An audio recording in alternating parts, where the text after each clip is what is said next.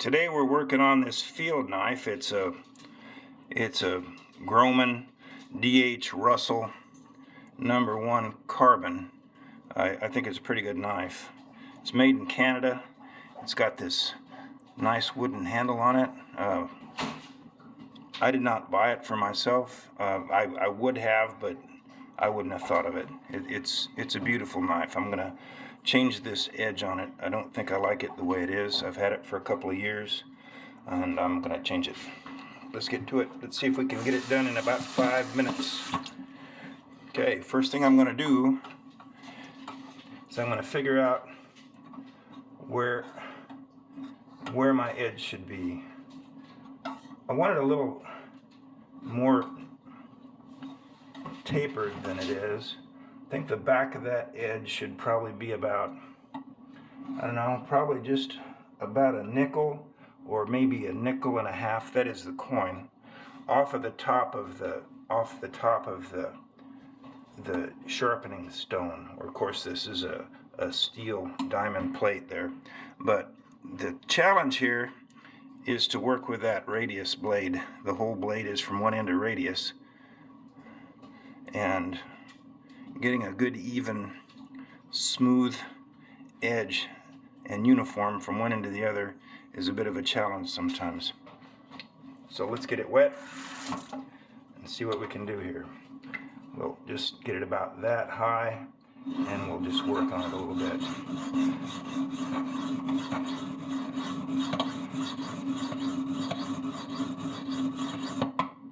So that's about 15 strokes, and I'm changing the angle just a little bit.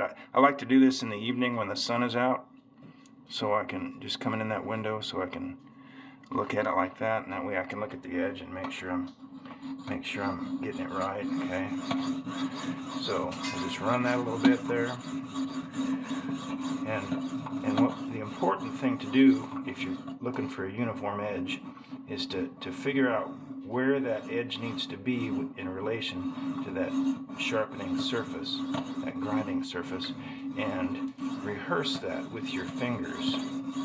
Rehearse it until you like it, and then you can speed up a little bit. A little more water wouldn't hurt. You can speed up or slow down or do it at whatever rate you want to. But this is doing it over the sink like this is as good a way as any. Let's see if it's getting close to what we want. See, I've got a little bit more edge exposed there than I do over here. And if you can see that or not, I'm not sure. But I'm kind of accomplishing what I want. I just wanted it to be a little bit sharper edge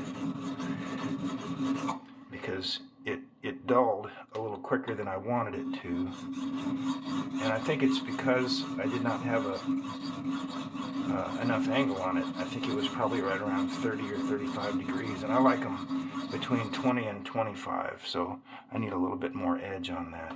And this carbon steel is awfully good at taking an edge, and it's crispy hard. It's super nice, and so I'll do the same thing over here.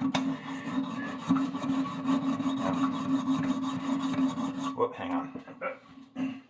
I'm surrounded by beagles and bird dogs today. It's makes getting things done. It's fun, but it makes getting things done kind of difficult. Okay, see what we got here. Not quite getting what I want there. A little flatter. This stone, or this sharpening surface, has been with me for about 20 years now, and it is not wearing out, which delights me. It still cuts that steel just right. So what I'll try to do is try to get this at an angle that I like a little better. Not quite getting it the way I want it. Let's see if I can get it just a little flatter. There. That's about what I want right there. You may or may not be able to see it. Now let's do it a couple of strokes on this way.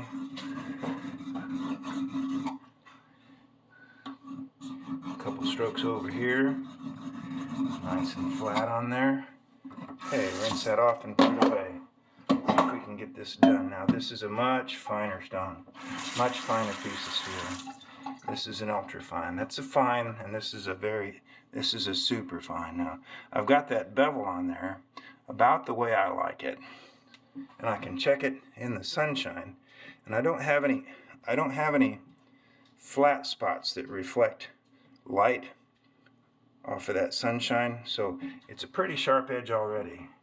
So I'll just go ahead and refine it here with this. A little bit of water really helps with these. And you don't have to go fast with these. In fact, I recommend not going very fast. You're just going to go you're not putting a whole lot of pressure on it. 3 or 4 pounds.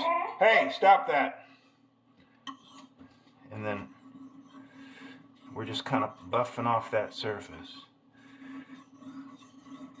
And try to make long strokes so you can. Yeah, I think that's exactly what I'm looking for. Right there. Okay. And we'll keep this nice and flat on here. And what we're doing is we're just skimming off a little bit of that surface there. You can look in that water that's floating around on the surface of that there, and you can see little bits of black steel floating around in that water. It's kind of cool. Okay, so now we'll wipe it off. We'll look at it in the sun, see if it's giving us what we want. Yep, looks like we got a really keen edge on that. Not that it was ever dull. Okay, our final step, or one of our final steps, is to get this on a strop. Can you see that? Yes, you can. Dry it off, give it a strop.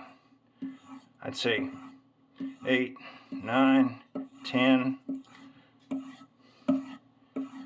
15 on this side.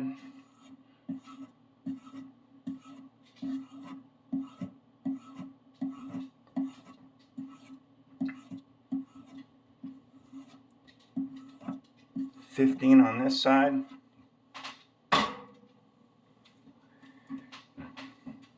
Looks pretty good, doesn't it? Yeah, I like this knife. I think I'm going to like it even better. Now I'm going to take this product here, which is made by Thompson Center. It's for muzzle-loading firearms. It's a food service grade grease.